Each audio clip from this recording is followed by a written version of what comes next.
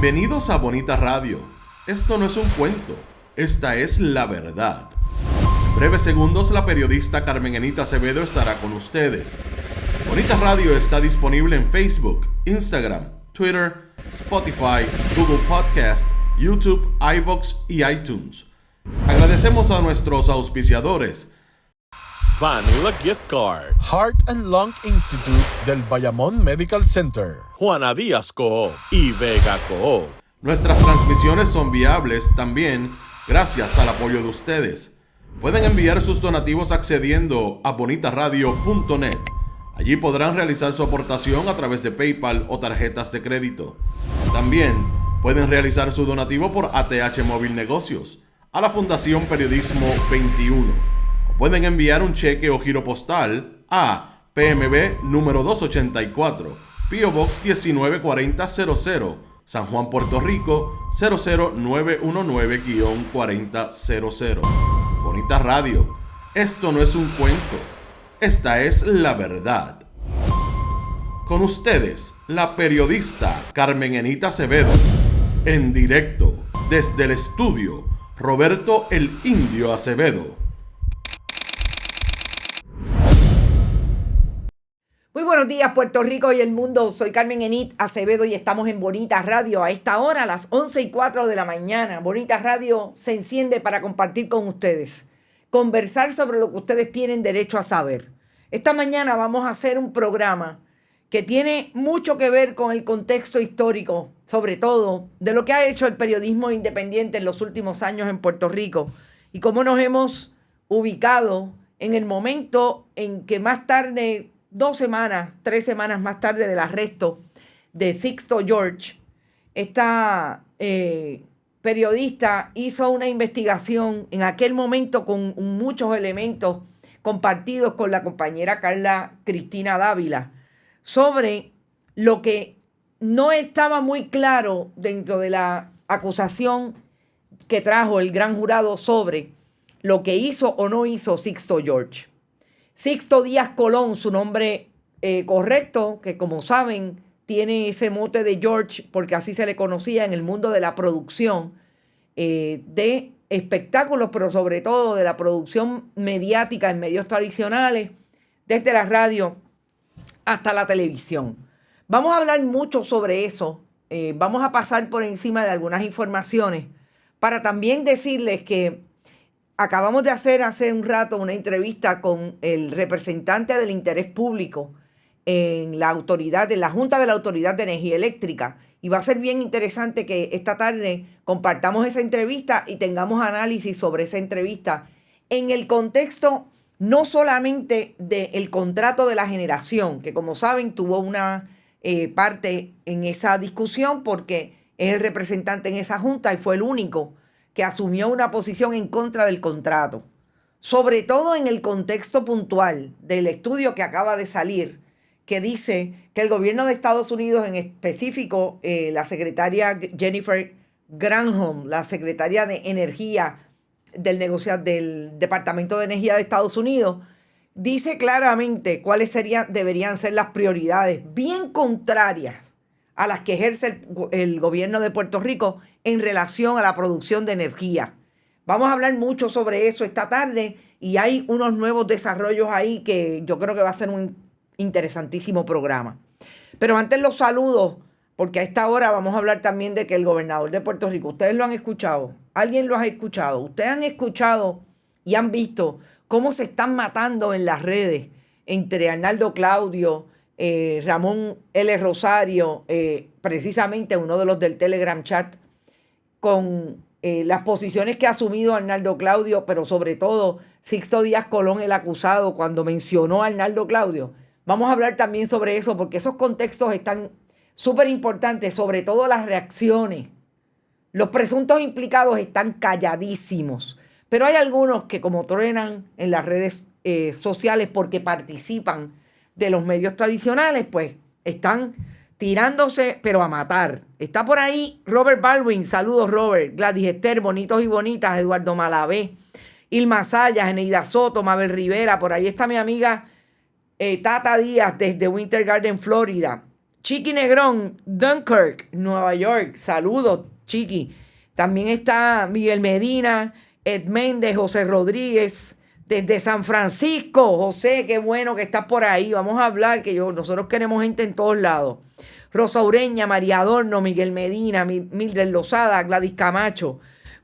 Yo sé que van a empezar a llegar, vamos a empezar hablando de otros temas para que lo grueso le toque a todos los que no se pierdan este programa, porque vamos a traer realmente qué es lo que usted puede ver en el desfile de testigos más allá de Anthony Maceira Sayas, que obviamente hoy sabemos lo que siempre habíamos intuido desde que en el 2021 empezó a percolar información de quién era la persona que había logrado grabar a Sixto Díaz Colón.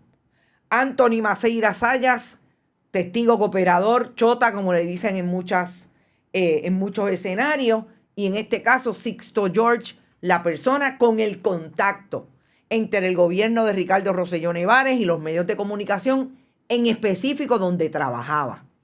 Me parece súper importante que traigamos unos y otros, porque yo creo que eso es lo que tiene nervioso a Moncho Rosario, que mi amiga Brenda Reyes Tomasini le dice Moncho Doral, porque trabajó en Doral en aquel famosa transacción que Luis Fortuño le tiró la toalla a Doral, etcétera, etcétera. Yadi Carrasquillo también está por ahí, Carolyn Miranda. Alberto Ríos dice, la Burbu también se iba a prestar para cambiar opinión pública. Esto está bien interesante. Van a salir un montón. Y yo creo que lo más importante de este caso, ustedes saben que de la gente que está en los medios de comunicación se habló mucho en aquel momento. Sobre todo porque hay un contexto con el Telegram chat, y en el Telegram chat salían todas esas personas que supuestamente figuras dentro de los medios tradicionales se prestaban para participar de la operación COI que tenía Ricardo Rosselló Nevares, Carlos Bermúdez y otros dentro de la fortaleza. Pero yo creo que van a salir más, y lo más importante, que también yo creo que habla bien, salen analistas, salen abogados, pero no salen periodistas bona fide.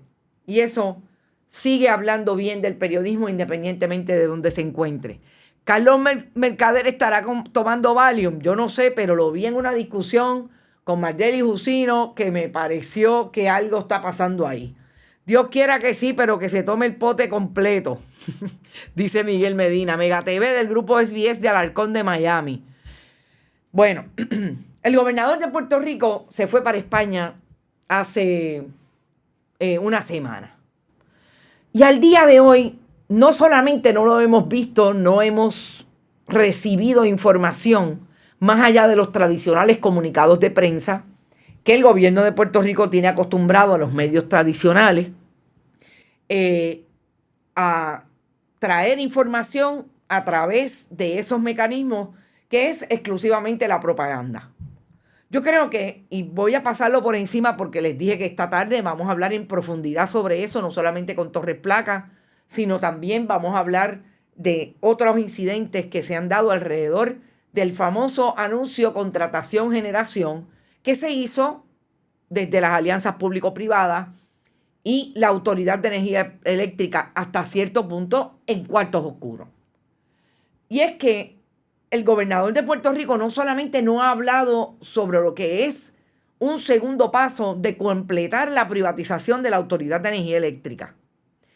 Es que lo que nosotros siempre hemos dicho acá, que es la sindicatura en la que puso Joe Biden, presidente de Estados Unidos, al gobierno de Puerto Rico, cuando le puso por encima a Jennifer Granholm, otra vez sale a relucir cuando hay un estudio que establece que el gobierno de Puerto Rico va por un lado y el gobierno de Joe Biden, donde el que transfiere el dinero para la recuperación de la red eléctrica, el que hasta cierto punto, y es cierto, permite la privatización con Luma de la transmisión y distribución, habla de que hay que auscultar y hay que tener una discusión pública amplia sobre este tipo de proyectos, y el gobierno de Puerto Rico hace lo contrario. Pero es peor. Jennifer Granholm, en esa participación que tuvo ayer el gobernador, que eso es lo único que colocaron. Fíjense que no hay sustancia ni contenido. Lo único que colocan sobre ese informe es la presentación del gobernador, viendo, porque esto fue virtual, la presentación que está haciendo el Departamento de Energía de Estados Unidos y del estudio a través digital. Pero no dice qué dijo, cómo lo dijo. Obviamente tenemos acceso a los documentos y ahora tenemos un poco más de información. Y eso es lo que quiero que vayamos a establecer propiamente con la discusión en parte con Torres Placa. Y lo que sigue siendo terrible para el país, que uno de los activos más importantes como corporación pública está siendo privatizado y el gobierno no ha dicho ni jota. Y el gobernador de Puerto Rico, para nada, trató de disfrazar precisamente lo que dice ese informe más importante con que su compromiso es con las energías renovables, cuando en la práctica hacen todo lo contrario. Dicho eso, saludos desde Virginia, María Busó. Yo creo que debemos pasar al tema de Sixto George, empezando por hacer un análisis de lo que ocurrió ayer cuando Sixto George salió de el tribunal en el Viejo San Juan, porque este caso lo está viendo el juez Francisco Bezosa y atiende y tiene sala allí en el tribunal en San Juan. Yo quiero empezar con decir, y de hecho le pido a nuestro director si puede buscar la foto de quién es el abogado de Sixto George. Yo quiero empezar por cómo se compone este caso en términos de su vigencia estratégica. Este licenciado es Rafael Castrolán, es un experimentado abogado del Tribunal Federal de esa jurisdicción en Puerto Rico. Lo conozco muy bien por haber visto muchísimos casos con Rafael Castrolán. No solamente ve casos de crimen de cuello blanco, sino que tiene muchos y tuvo muchos casos también de casos de violencia, narcotráfico, etc. Este es un abogado con mucho juego de pie, de cómo presentar pruebas, de investigación, del nivel de profundidad que debe tener un abogado cuando se enfrenta a un caso bueno, malo, regular. Lo primero que le dijo ayer a los periodistas: yo no voy a adelantar mi estrategia legal. Y eso es quizás un esfuerzo que en este momento los periodistas que le preguntaron están acostumbrados a que los abogados litiguen los casos en la opinión pública. No lo hizo Rafael Castrolán, intentó hacerlo y a mí me parece que con bien mala ejecución. El propio Sixto George, cuando salió del tribunal y mencionó a Wanda Vázquez Garcet, a Jennifer González, a Arnaldo Claudio y por otro lado a Tomás Rivera Chats. ¿Por qué yo digo que le sale mal a Sixto George tratar de desviar, que es increíble lo que voy a decir, tratar de desviar la opinión pública con unos periodistas que obviamente, me atrevo a decir, que no tenían otra cosa que preguntar y que participan de lo que todos los días conocemos como el entretenimiento y no hay preguntas en profundidad con relación a un caso como este, que es el primer caso que se va a ver después del 2019, que implica todo lo que ocurrió y todo el contexto en que se dio la renuncia de Ricardo Rosselló Nevares, el primer gobernador en la historia de Puerto Rico que renuncia y es del Partido Nuevo Progresista. Porque nadie le preguntó a Sixto George el seguimiento de tratar de implicar de que esas 4 personas tenían interés de perseguirlo, pero no es perseguirlo con Domingo Emanueli, ni con Pedro Pierluisi cuando era secretario de Justicia, es perseguirlo supuestamente con las autoridades federales. Nadie le podía decir, miren si le quedó mal, Pero perdóneme, si Wanda Vázquez está acusada por los federales, si tuviera tanto pool no la acusaban. Ojo, en el 2021 cuando arrestaron a Sixto George, Wanda Vázquez no estaba. En el 2021 Tomás Rivera Chatz estaba igual de silencioso que está ahora, que no dice nada con relación al caso de Sixto George. Arnaldo Claudio llevaba, creo que 3 años fuera del gobierno de Puerto Rico, porque sabemos que no creo que le hicieron, era muy amigo de los amigos de Ricardo Rosselló Nevares, Elías Fernando Sánchez y Fontes, que eran los que dirigían el gobierno de Puerto Rico en aquel momento. Así que para empezar, yo creo que ayer esa posición, esa defensiva, más bien ofensiva de Sixto George, de querer utilizar o tergiversar la opinión pública con aquellos con los que lo puede hacer porque no tienen más preguntas, es precisamente de lo que vamos a ver, si es que lo vemos, cómo fue que Sixto George pudo o quería tratar de intervenir en la opinión pública para que Ricardo Rosselló Nevares no tuviera que renunciar.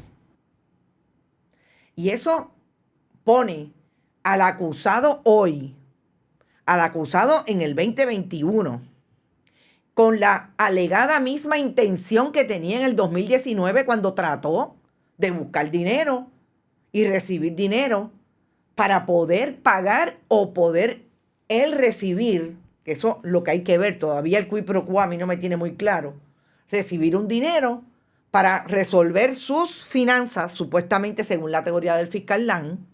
Fíjense que el fiscal tiene de primer apellido el segundo apellido del abogado de defensa. Y ahí es cuando, para tratar de desviar la atención, me parece que Sixto George se coloca en lo mismo que le está tratando de imputar el fiscal. Le está diciendo, ustedes van a ver pruebas, decía el fiscal Nicolás Lang, ustedes van a ver pruebas que establezcan que precisamente este hombre quería o hizo una representación de que podía cambiar la opinión pública y ayudar al gobernador porque lo había ya ayudado a ganar las elecciones. Y precisamente ayer sale y lo que hace es tirar esa bomba de humo. De humo que yo decía, pero no puedo creer que nadie le haya dicho, pero mire, si Tomás Rivera Chatz lo menos que hace es hablar mal de los federales. Se para y dice que le violan los derechos a la gente, etcétera, etcétera. Lo menos que hizo fue llevar un montón de legisladores para tratar de ayudar a su amigo Héctor Martínez. Los llevó en una guagua al Tribunal Federal. O sea, pero nadie preguntó nada. Me parece bola de humo, literal. Además, que yo digo que Dios está preso. Ahora me doy cuenta que también Dios está en la cárcel, en el Tribunal Federal, porque Sixto George lo primero que dijo ayer fue que el único en quien confía es en Dios. Así es que se lo encontró ayer, parece que entrando a la cárcel. Dice Rafael Sayas Santos, se nos olvida que Sergio, SBS o ambos sacaron a la Comay del retiro para trabajar en campaña de la reelección, descarrilando a Eliezer y a Alexandra constantemente. No, a mí no se me olvida. Y fíjate que la muñeca es el titiritero, es uno de los que supuestamente se iba a utilizar para esto. ¿Desde cuándo? Y ahora vamos a entrar en el contexto del Telegram chat. Voy a ver si le puedo enviar una imagen a nuestro director, a ver si la puede colocar. Si no, no hay problema, señor director. Y recordemos que estamos con un director que está haciendo de tripas corazones, porque como es en este esfuerzo, se la voy a enviar por WhatsApp, señor director. Como es en este esfuerzo, todo surge a las millas. Si no la podemos colocar, no hay problema. Lo que pasa es que quiero que vean una imagen del Telegram chat que me parece que es importante para entrar en ese contexto del Telegram chat. ¿Y por qué es importante recordarlo hoy? A pesar de que sabemos que tiene casi 1000 páginas, 889 páginas, etc. Pero el Telegram chat fue importante, o es importante en este caso, porque sería esa historia, esa narración cronológica, la que nos puede ubicar hoy en el momento en que estamos y está Sergio Sixto George. Y está el Partido Nuevo Progresista que vuelve a revivir más allá del Telegram chat, que sabemos que no llegó a primera base porque no hay intervención del Departamento de Justicia, porque le tiró la toalla al FEI, etcétera, etcétera. Este Telegram chat le trae al país la gota que colma la copa de lo que estaba ocurriendo en la administración de Ricardo Rosselló Nevares con todas las crisis, y encima de eso vemos como este documento trata de incluso la niñería y con el desdén que la administración de Ricardo Rosselló Nevares, entre él y sus ayudantes, proponían cambiar lo que a todas luces era un mal gobierno. La impresión, la imagen, la proyección. Volvemos. Esto es un caso que nos va a tocar y la historia va a tener que establecer que es el caso donde mejor se puede ubicar aquello que siempre se ha propuesto que el Partido Nuevo Progresista hace bien, que es utilizar la proyección, la propaganda, que es utilizar los elementos de la comunicación política en unos momentos muy bien, pero cuando decimos bien es desde el punto de vista estratégico, no necesariamente desde el punto de vista de el contenido, digamos, que ayuda a un país a crecer. No, es todo lo contrario. Entonces, esa imagen del Telegram chat está traída en el caso de Díaz Colón, porque se supone que es cuando Raúl Maldonado Nieves, importante, el hijo de Raúl Maldonado Gautier, quien era secretario de Hacienda, CFO del gobierno de Ricardo Rosselló Nevares, estaba molesto, y hay que ver hasta dónde ese testigo va a decir que en efecto estaba molesto por todo lo que había pasado con su padre. A él le habían quitado algunos contratos y lo estaban señalando como que era un elemento de la corrupción en el Departamento de Hacienda. ¿A quién van a sentar? Que también es interesante, para tratar de establecer la credibilidad de Raúl Maldonado Nieves. Al secretario de Hacienda hoy, Francisco Pareja Licea, porque Francisco Pareja Licea puede venir a decir, bueno, sí, allí había unos comentarios y él decía que había una mafia institucional y allí pasó esto. O sea, fíjense cómo estamos viendo un caso que va a ir increciendo en términos de la información importante para establecer si en efecto Raúl Maldonado Nieves tenía toda la intención y lo sabía, ojo, y lo sabía el acusado, de proveer y hacer pública una información que era dañina para el gobierno de Ricardo Rosselló Nevares. Jefes de agencia, Raúl Maldonado Nieves, etc. Dice Mildred Lozada, por supuesto que Sixto George se va a acercar a inmorales asesinos de reputaciones y entes de desinformación como la horrenda y nauseabunda muñeca. Tarde pero presente. Saludos, Miguel Díaz Pagán. Nunca es tarde si la dicha es bonita radio. Saludos desde Nueva York, dice Víctor Cruz. Sixto George habla y habla porque tal parece que tiene una orden de mordaza, de mostaza y no de mordaza. Bueno, eso va a ser interesante, que va a hacer Francisco Besosa con lo que dijo ayer. No me parece que dijo nada. Bueno, no sé, puede ser quizá finito, pero me parece que fue todo, volvemos. Propaganda, demagogia, bolas de humo, nada de lo que pensar puede tener vigencia en lo que es posible que traiga él. No sabemos quiénes son los testigos para, si va a traer a alguno para contrarrestar a los testigos que tiene la fiscalía. Eso sería interesante.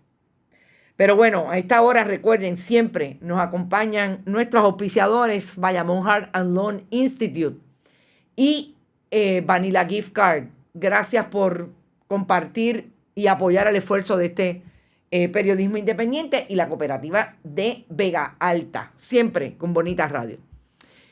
De ahí, yo creo que cuando se habla de las grabaciones, y vi algo, porque no se entiende muy bien, pero vi algo que publicó la compañera Sandra Rodríguez Coto, yo tengo que decir que lo más que me llama la atención no son las grabaciones me parecen de verdad, pues hay obviamente una relación de este conocer, de aquel ser bien parco. Sixto George, y estamos hablando de Anthony Maceira y Sixto George, que son los que hablan. Pero ¿por qué es importante Anthony Maceira en toda esta ecuación? Oiga, porque Anthony Maceira, cuando se paraba aquí en la fortaleza, era como si él nunca hubiera tenido ninguna inseguridad para creer que había una persona de su equipo de trabajo, y vamos a detenernos en esta foto, señor director, de su equipo de trabajo, porque Sixto George se comportaba como si fuera del equipo de trabajo, los amigos de los medios de comunicación de la empresa gubernamental en aquel momento, Ricardo Rosselló Nevares y todos los demás. Y este era la persona de asuntos públicos. Anthony Maceira fue director de puerto. Salió de puerto. Y en julio del 2019 era secretario de Asuntos Públicos. Fue el que tuvo que manejar toda aquella crisis. Y cuando se sentó a hablar con Sixto George como testigo cooperador de las autoridades federales, vamos a empezar por establecer que desde el día 1, Anthony Maceira, que desapareció de las redes sociales, creo que tiene una cuenta de Twitter, pero soy honesta, lo traté de taguear esta mañana, a menos que no me haya bloqueado, que me imagino que sí. No lo encontré. Anthony Maceira hablaba tan parco que hasta yo me hubiera dado cuenta que estaba alambrado. Porque era sí, no, seguro, ajá. O sea, estamos hablando de julio del 2019. En medio de toda la crisis que empezó a tener visos de crisis desde que las autoridades federales acusaron a Julia Kelleher. Pero vamos un poco más atrás. Y fíjense lo importante que es no olvidar, sobre todo los contextos en que todo esto se ha dado. Porque de aquellas informaciones que pudimos investigar, a hoy tenerlo con la certeza de que este juicio va a traer un cuadro clarísimo de cómo se gestionaba la administración de Ricardo Rosselló Nevares en el Ejecutivo y de Tomás Rivera Chats y Carlos Johnny Méndez en la legislatura de Puerto Rico. No olvidemos que el PNP tenía el Ejecutivo y tenía el Legislativo. Ahí están todos. Y sabemos cómo se comportaban unos y sabemos los silencios de unos y los intereses de otros de que fuera Jennifer González la candidata. O sea, recuerden y saquen los papeles de la nevera, porque desde aquel día yo le estoy diciendo ponlo en la nevera.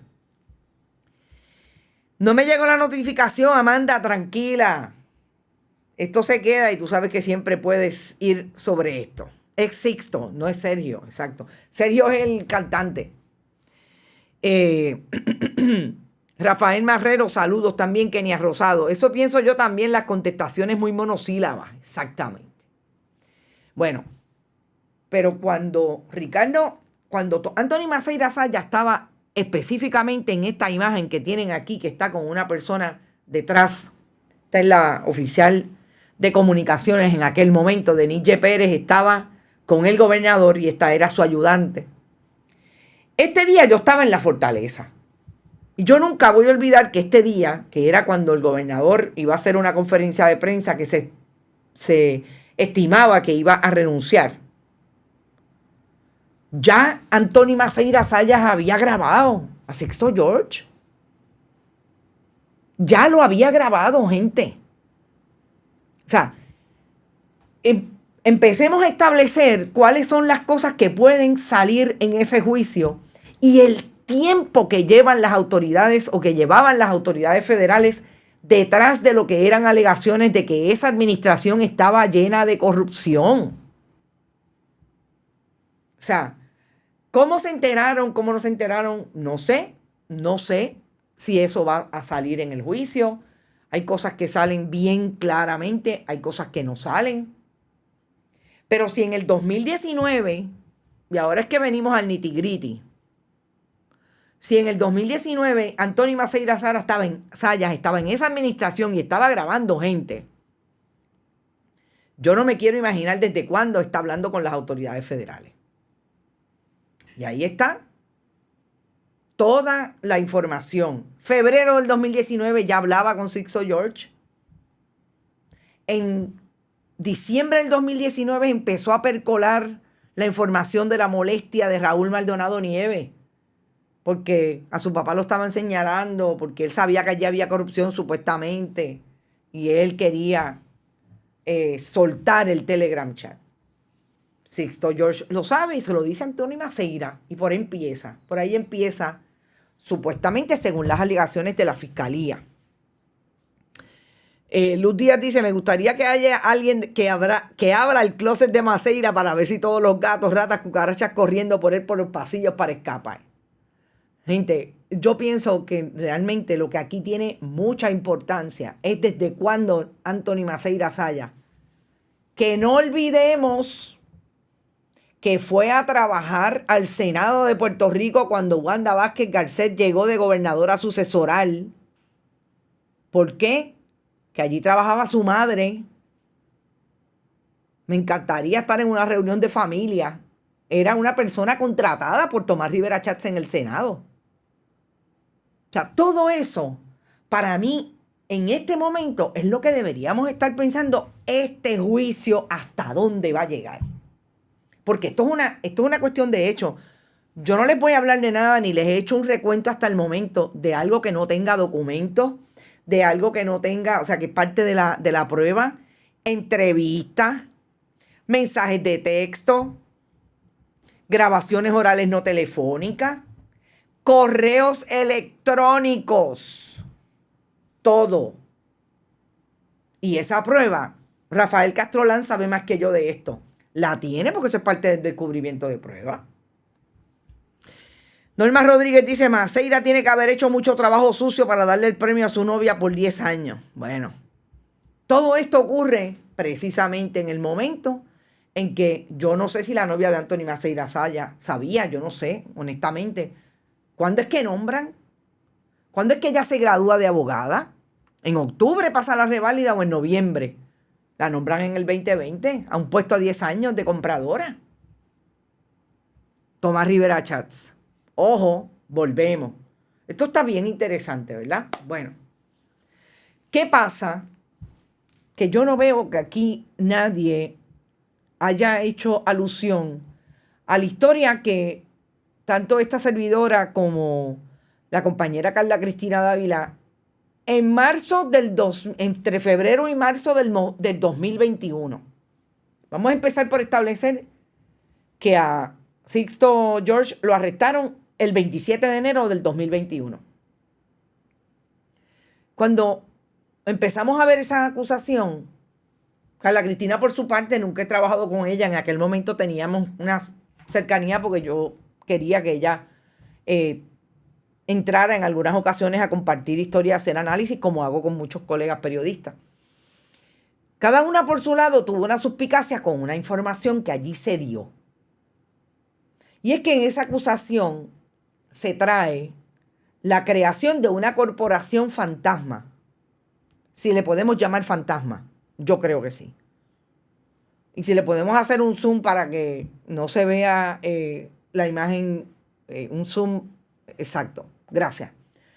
Esa corporación se creó el 22 de mayo del 2019. Y el 22 de mayo del 2019 de ERE Consulting Corp, vamos a dejar la imagen un rato ahí, fue creada como agente residente por Mayraí González Morales. Y Mayraí González Morales tiene una dirección del barrio Cacao de Carolina. En ese momento de la historia, Ricardo Rosselló Nevares todavía era candidato. Es decir, que tenía un comité de campaña, tenía un tesorero de nombre Javier Oyola Alemañi, tenía un equipo de campaña que recibía y gestionaba todo lo que tiene que ver con los donativos políticos. En aquel momento la suspicacia era que esta corporación, a cuenta de que el 22 de mayo tuvo un contrato de $200,000 por hacer relaciones públicas, publicidad en la campaña de Ricardo Rosselló Nevares. Y aquí es que viene lo interesante. Cuando a Sixto George lo arrestan, el que hoy todavía es Contralor Electoral, Walter Vélez. Walter Vélez es la figura de Contralor Electoral, que ustedes saben que son los que auditan todo lo que tiene que ver con los fondos del financiamiento de las campañas. Walter Vélez estaba en el momento de presentar un informe de lo que había encontrado en medio del arresto, volvemos, de Sixto George, de lo que había encontrado con relación a ese periodo en que todavía Ricardo Rosselló Nevares era gobernador, pero sin embargo lo deja de ser, que era gobernador, pero era candidato. Recordemos que la candidatura de Ricardo Rosselló Nevares empieza el día de su cumpleaños en marzo del 2019. Fíjese cómo todo, mire, encaja. El 2019 debe ser el año de la historia para toda esta gente. Cuando deja de serlo, pues obviamente tiene que haber ahí una auditoría de los fondos que se quedaron ahí. Y el Contralor Electoral en el 2021 coincide con el arresto de Sixto George, emite un informe que establece, aquí hay que sé yo ni cuántas, creo que fueron 87. Y lo tengo por aquí, quizás es lo más, la fecha. Fueron 87 transacciones que no había manera. Fíjense cómo coincide. El 28 de enero del 2021, el informe del Contralor Electoral sobre esa auditoría a los fondos habidos en el comité que había dejado de serlo candidato en el 2019, en julio-agosto del 2019, cuando renuncia.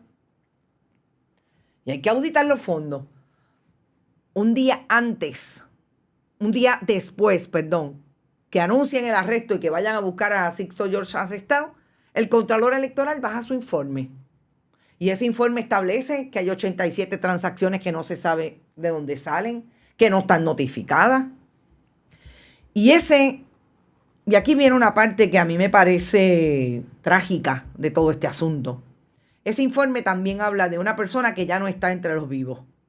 Y es el que era tesorero de esa campaña, Javier Oyola Alemañi. Un hombre joven, yo no creo que tenía contemporáneo en aquel momento con Ricardo Rosselló Nevares, no creo que tenía más de 45 años. Murió de impromptu. ¿Por qué es importante la figura de Javier Oyola Alemañi? Porque el tesorero de una campaña es responsable de todo legalmente, aunque no necesariamente estuviera enterado de lo que estaba pasando. Y este joven, en efecto, lo dije en aquel momento y lo repito ahora porque lo sé, porque me consta de las buenas fuentes que tengo, murió después que fuera visitado por los agentes federales. Y aparentemente murió de impromptu. Y sé por mucha gente, tres personas con las que he hablado de este asunto desde aquel momento en el 2021, que este joven sentía una presión brutal y estaba afectado, tembloroso, cuando era entrevistado por las autoridades del Departamento del Contralor Electoral y cuando era entrevistado por las autoridades federales. Porque, obviamente, sentía la preocupación de algo que aparentemente, y también me lo dicen mis fuentes, no tuvo control. Nos quedamos en DR Consulting. El informe del Contralor Electoral trajo claramente que habían unas transacciones que se pagaban de esos fondos que eran sospechosas. 2 cheques de $90,000 cada uno. $180,000 a DR Consulting, creada el 22 de mayo del 2019 y pagados los cheques, y vamos a la fecha exacta para que no se nos olvide, entre el 17 y el 24 de julio del 2019, un día antes que Ricardo Rosselló Nevares de anunciar al país que se iba de la gobernación efectivo el 1 de agosto. O el 5 de agosto, entiendo. 22 de mayo creada por Mayra González y pagaban los cheques, 180,000, eran 200, pero les retiraron un 10%, el obligatorio en ley, y le pagaron $180,000. Una corporación de reciente creación, con una dirección en el barrio Cacao de Carolina que lo menos que tenía era una residencia, que la única residencia más lejana se dice que ahí vive la hermana de Mayra González, que fue quien la creó. Mayra González en aquel momento, supimos, y así lo trajimos, trabajaba en un laundry y hacía 8 años no vivía en Puerto Rico. De trabajar en un laundry, y ya en el 2021, hacía tiempo que no vivía en Puerto Rico, le dijeron, créate esta corporación, y así fue, y así es su testimonio a las autoridades del Contralor Electoral, que en aquel momento, en el 2021, pensábamos que hasta ahí llegaba la investigación, pero cuando nosotros trajimos la información, recuerdo, y ahí están los programas que establecimos propiamente, que el Contralor Electoral, y lo traje, me acuerdo que lo traje yo por una fuente, tenía información de que las autoridades federales estaban investigando y había comunicación. En un momento dado desapareció el Contralor Electoral y se quedó con la jurisdicción del caso el gobierno de Estados Unidos. 2019 se entrevistó a Mayra González, se entrevistó a 3 personas más. Uno que no puedo dar todavía su nombre porque no tengo la certeza de que sea esa persona. Pero sobre todo, y para mí el más importante, de aquel entramado que hoy saldrá en su día en el juicio, si las autoridades federales, yo me imagino que sí, porque tienen que traer todo el tracto de a dónde fue a parar el dinero que ellos alegan que Sixto George pidió por lo menos 300,000 y ya habían conseguido 180. Y es que esa señora Mayra González es nada más y nada menos que la madre de quien en aquel momento era un empleado del que entonces era representante del Partido Nuevo Progresista por Guaynabo, Antonio Soto. Y vamos a la imagen de Antonio Soto. Ahí hay 2 personas más que trabajaban con Antonio Soto que no puedo, no tienen nada que ver, pero es que no podía sacarlos a ninguno de los 2. Eran empleados de Antonio Soto. En esta imagen ustedes van a ver a la izquierda a Edwin Núñez. Y Edwin Airán Núñez González es el hijo de doña Mayra González, que fue el que creó la corporación.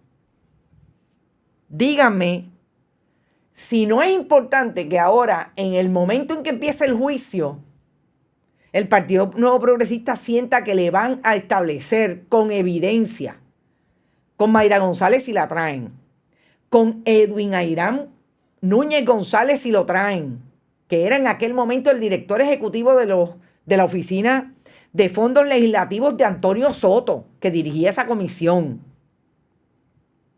Todo sigue siendo tan importante.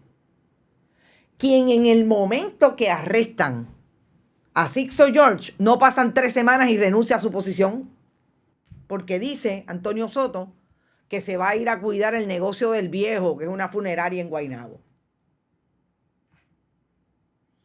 Todo eso en medio del reguero en recursos naturales y ambientales. El yerno de Selhammer, lo dice José Pepe, en efecto, es el esposo o el compañero de la hija de Larry Selhammer.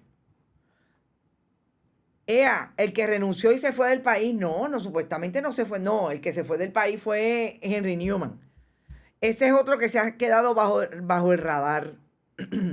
Gente, esto es lo que va a verse en ese juicio. Porque ahí está el esquema de la creación de corporaciones para hacer trabajos. Fíjense que es un trabajo que si las autoridades federales tienen la evidencia para probar que Sixto George, de donde iba a sacar el dinero, era precisamente de las corporaciones que se crearon después que él estuviera hablando con Anthony Maceira Sayas, que ya era un testigo cooperador de las autoridades federales. Porque supuestamente lo estaba extorsionando. Este es el jefe de asuntos públicos. ¿Qué conocimiento tenía Ricardo Rosselló Nevares de que esto pasara? No me da la impresión de que tenía ninguno. Importante en la ecuación, las autoridades federales se acercan, se retira el Contralor Electoral. Claro. Pero el NIE, el negociado de investigaciones especiales, empezó a investigar. ¿Ustedes han escuchado algo de que el negociado de investigaciones especiales haya hecho algo con esta investigación? Domingo Emanuel, ¿y qué nos tiene que decir sobre eso? Ya no me contestan llamadas. Esto tarde o temprano tiene que reventar, dice Yanni Moreno. Una de las ayudantes de Antonio Soto la ubicaron en la Comisión Estatal de Elecciones. Miguel Martínez Marrero dice, imagínate. Y yo me acuerdo el día que yo dije que Antonio Soto lo fueron a visitar las autoridades federales. Dijo en Notipalma, donde trabaja Ramón L. Rosario, y ahora vamos a Ramón L. Rosario, que eso no era cierto, que lo diga ahora. ¿Y si lo llaman ahora? ¿Qué va a decir? Y si Edwin Núñez González, quien era su empleado cuando todo esto ocurrió, hay un segundo empleado que lo fueron a ver, que fue entrevistado por las autoridades de Tony Soto. ¿Qué va a decir ahora? Que Carmen Enid no decía la verdad, ¿verdad? Porque a mí nunca me contestó las llamadas. Y yo lo llamé en varias ocasiones porque tenía su teléfono. Ni el Contralor ni el Departamento de Justicia hacen nada. Siempre tienen que venir los federales a intervenir, dice Amanda Cordero. Buenos días, David Velázquez. Antonio Soto, te hablan. Yadi Carraquillo tiene su página de Facebook. Y entonces, cuando una vez que el caso empieza y hay un Ramón L. Rosario peleándose directamente, pero con palabras, pero olvídese. Ramón L. Rosario, uno de los miembros del Telegram Chat, uno de los muchachos de la administración Ricardo Rosselló Nevares, que ha tenido contratos con el gobierno, cuyo padre tiene contratos con vivienda pública después de haber sido él un personaje dentro de la administración de Ricardo Rosselló Nevares, que va y viene cuando los PNP ganan, pues el señor tiene contrato. Se picó y se puso tú a tú con Arnaldo Claudio. Porque, como dijo Sixto George, que Arnaldo Claudio era el que había utilizado su influencia para perseguirlo. Que eso, mire, no se lo cree. Si este muchacho, como dirían en country, es un G.I. Joe, muchacho más americano que la bandera americana. Puerto Rico parece un narcoestado hace rato, dice entre Mo Reyes y Amanda. Todas estas agencias locales están controladas por el PNP, dirigidas por arrastrados, dice Polo Quiles. Saludos, Polo. Nunca el Departamento de Injusticia encontró nada, pero los federales sí. Qué barbaridad. Se paga un salario de vicio. Ahí estuvo Wanda Vázquez y Domingo Emanuel y esta hora. Así es. Entonces, cuando usted ve toda esta madeja, pues yo lo que estoy esperando es que Anthony Maceira Sayas conteste esas preguntas que yo estoy segura que no necesariamente le va a hacer la fiscalía, pero como abren la puerta se las va a tener que hacer el abogado de defensa. Oiga, ¿cuándo usted le dijo a Ricardo Rosselló Nevares que usted estaba cooperando con las autoridades? Porque Sixto George, su amigo, fíjense como Rafael Castrolán, lo dijo ayer Él es amigo, él es PNP, es amigo de Beatriz Rosselló, él es amigo de toda esa gente, Sixto, mi cliente. Digo, lo dijo en la apertura hacia el jurado, o sea, en su participación inicial, no habló con los periodistas. El del truco del Doralbán, exacto, José Pepe. Yo, esa pregunta, ¿cómo la va a contestar Maceira Sayas? ¿Qué va a decir Edwin Núñez González? ¿Quién fue el que le pidió a Edwin Núñez que abriera una corporación o que le dijera a su mamá que le abriera una corporación para darle esos $180,000 a Sixto George, si fue que le llegaron a él? O para hacer algo con relación a la campaña porque había que manejar el asunto. Ese tercero, ¿quién es? Todo eso es lo descubrible. Y eso es lo que a mí me parece que tiene a Tomás Rivera Chatz callado y a Ramón L. Rosario histérico, hablando en los medios tradicionales que habla sobre Arnaldo Claudio, que es un mentiroso. Y Arnaldo Claudio le ha contestado, pero mire, gente, mire que yo he ido y he leído, pero se han matado. Entre PNV y TVA, se están matando. ¿Por qué? Porque el gobernador de Puerto Rico está callado. ¿Porque eso no es problema de él? El gobernador de Puerto Rico tiene a toda esa gente contratada por ahí. Mucha de esa gente todavía tiene contrato. Son gatilleros a sueldo en los medios tradicionales. Esos son los que dicen que el gobernador lo está haciendo bien. Ahí está Moncho Rosario. Y a mí me parece que había que establecer el contexto otra vez, traérselo, recordárselo a nuestras audiencias, recordárselo al país de alguna manera. Esta mañana alguien colocaba una información de que Sixto sabía lo del Telegram chat. Claro, pero si eso, mire, eso salió desde el indictment, claro que lo sabía. La alegación hoy es con qué evidencia pretende la Fiscalía de Estados Unidos probarle ese caso a Sixto George. Digo, la noticia desde el punto de vista mío. ¿Cómo es que se crearon esos esquemas? ¿Qué pasó? ¿Qué sabía Javier Oyola que finalmente nunca le va a poder decir a nadie porque murió en el proceso? ¿Quiénes estaban al lado? La directora de esa campaña, el director de esa campaña. ¿Quién era? Elia Fernando Sánchez y Fonte estaba cerca. ¿Qué relación tenían ellos? ¿Quién metía la mano y no metía la mano en el fondo electoral? Que obviamente levantaban como donativo. Esa fue una campaña, gente, que lo menos que tenían flotas de vehículos, pero brutales en la del 2016. Y la del 2020 ya tenía suficiente dinero para empezar a gastar. Todo eso.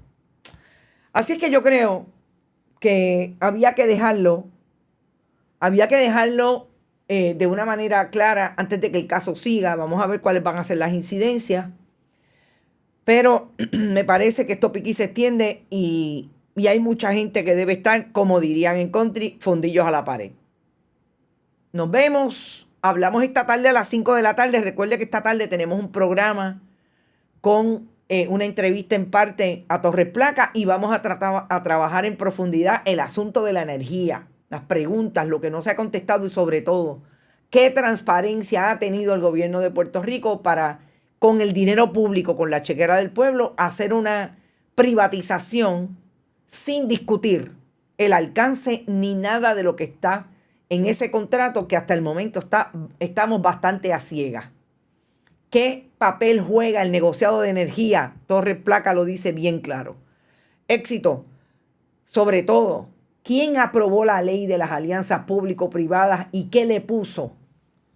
Precisamente para evitar la transparencia. Eso en contraposición a lo que también es importante que salió recientemente con relación a el código electoral que aprobó Carlos Johnny Méndez y Tomás Rivera Chatz con la firma de Wanda Vázquez Garcet, que lo menos que va a descubrir es que trucaron la ley para que no pudiéramos, el Contralor Electoral tuviera menos capacidad de fiscalizar los fondos electorales. Nos fuimos. Hablamos esta tarde. Buen provecho. Bonita Radio. Esto no es un cuento. Esta es la verdad. Este programa fue traído a ustedes por Vanilla Gift Card, Heart and Lung Institute del Bayamón Medical Center, Juana Díaz Coop y Vega Coop. Pueden enviar sus donativos accediendo a bonitasradio.net. Allí podrán realizar su aportación a través de PayPal o tarjetas de crédito.